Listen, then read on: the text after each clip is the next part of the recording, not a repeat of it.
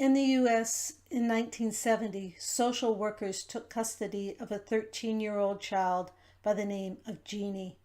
Her case illustrates just how important human contact and interaction is for the socialization process and how significant socialization actually is to the formation of human infants and children into socially capable adults.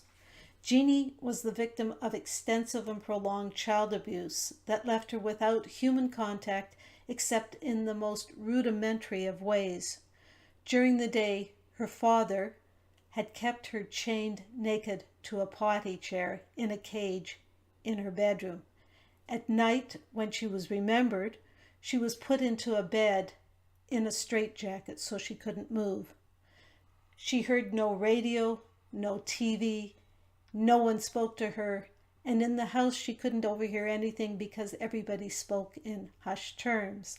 So the only language she heard was her father's temper tantrums where he would swear extensively.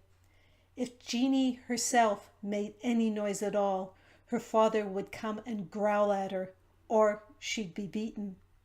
When she was found, Jeannie couldn't walk, let alone stand up, and she couldn't focus her eyes beyond the confining boundaries of her bedroom.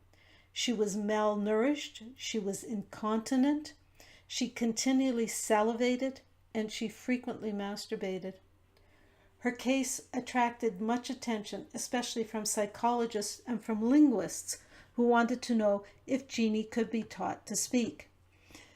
In the 70s, the prevailing theory about language acquisition was that if humans didn't learn language, by the time they reached a certain critical point, their ability to learn language would be lost. This was the critical period hypothesis.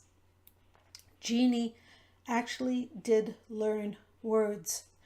She did develop some vocabulary, probably to the level of a 4-year-old. But she had no understanding of grammar. She couldn't use grammar. Linguist Susan Curtis, who worked with her for several years,